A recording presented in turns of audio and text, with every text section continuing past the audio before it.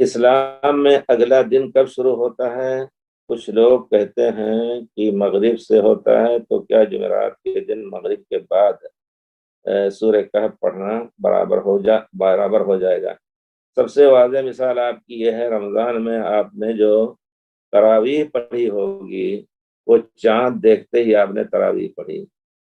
چاند دیکھتے ابھی روزہ، کل پہلا روزہ شروع ہوگا، لیکن تراویح کی مشروعیت یا قیام اللیل کی مشروعیت رمضان کے وہ رات میں شروع ہوگی. تو اس کا معنی یہ ہے کہ اسلام میں رات پہلے آتی ہے اور وہ دن میں شمار ہوتی ہے. 24 گھنٹے میں رات بھی ایک ہی تاریخ میں شمار ہوگی. جی، تو رات کا تو جمعرات کے دن مغرب کے بعد سورہ کہف پڑھ کر کے آپ شروع تو سو سکتے ہیں انشاءاللہ، کوئی حرج نہیں. رات میں پڑھیں، عشاء کے بعد پڑھیں، جب بھی پڑھیں تو وہ یوم الجمعہ کے یا شمار ہوگا. وہ انشاءاللہ یوم الجمعہ میں پڑھنا شمار ہوگا، جس کی فضیلت آئی ہے.